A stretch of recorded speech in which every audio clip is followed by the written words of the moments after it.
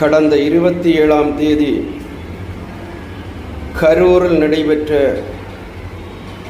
அந்த துயர சம்பவத்தின் மூலமாக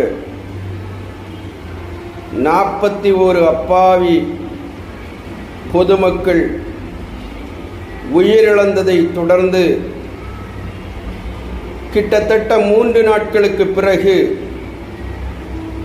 நேற்றைய தினம் தமிழக வெற்றிக் கழகத்தின் தலைவர் தளபதி விஜய் அவர்கள் காணொலி மூலமாக நாட்டு மக்கள் மத்தியில் பேசியிருக்கிறார்.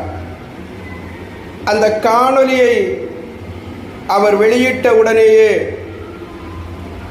சில அரசியல் விமர்சகர்கள் அந்த காணொலியை கொச்சைப்படுத்தி தளபதி விஜய் அவர்களுடைய வார்த்தைகளை திரித்து சில செய்திகளை மக்கள் மத்தியில் கொண்டு வருவதையும் நம்மால் பார்க்க முடிகிறது.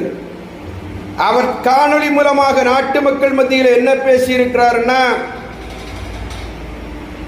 மிகவும் இடிந்து போனவரை போல அவர் காட்சியளிப்பதை நம்மால் பார்க்க முடிகிறது. அவர் மக்கள்கிட்ட என்ன சொல்லுதாருன்னா, அரசாங்கத்துக்கிட்ட என்ன சொல்லுதாருன்னா, சிஎம் சார் என்ன வேணும்னாலும் பண்ணுங்க, ஆனா என்னுடைய தொண்டர்கள் அப்பாவிகள் அவங்கள விட்டுருங்க, நான் என்னுடைய இல்லத்தில் தான் இருக்கிறேன், என்னுடைய அலுவலகத்தில் தான் இருக்கிறேன் என்கிற ரீதியில் அவர் பேசியிருக்கிறார். இந்த பேச்சு ஒன்று அரசாங்கத்துக்கு சவால் விடுகிற பேச்சல்ல, அவர் இயல்பாக பேசியிருக்கிறார், இடிந்து போய் பேசியிருக்கிறார். ஆக அரசியல் விமர்சகர்கள் இதையும் கொச்சைப்படுத்துகிறவர்களுக்கு நான் பணிவோடு சுட்டிக்காட்ட கடமைப்பட்டிருக்கிறேன்.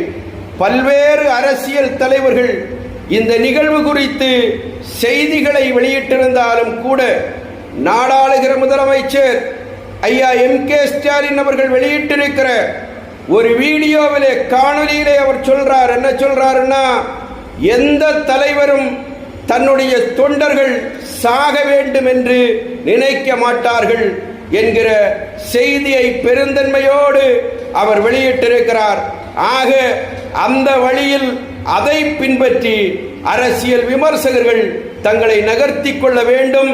தளபதி விஜய் அவர்கள் இந்த இக்கட்டான சூழ்நிலையிலிருந்து வெளிவர வேண்டும்.